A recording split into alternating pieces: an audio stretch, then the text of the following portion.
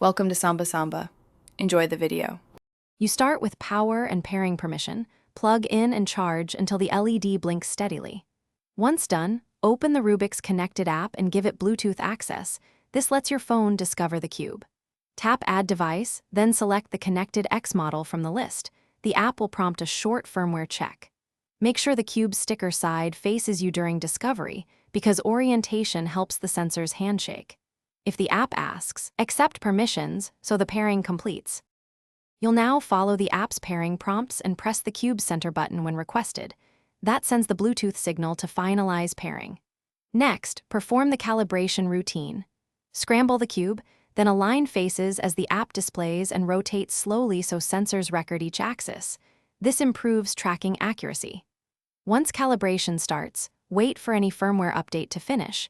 Do not close the app or move your phone, because interrupting updates can corrupt the cube's internal state.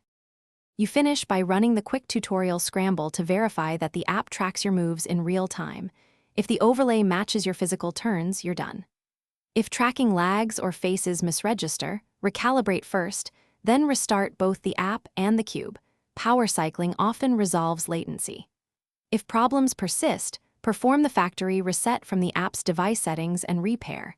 That clears firmware glitches. One troubleshooting tip: keep Bluetooth off for other devices while pairing to avoid interference.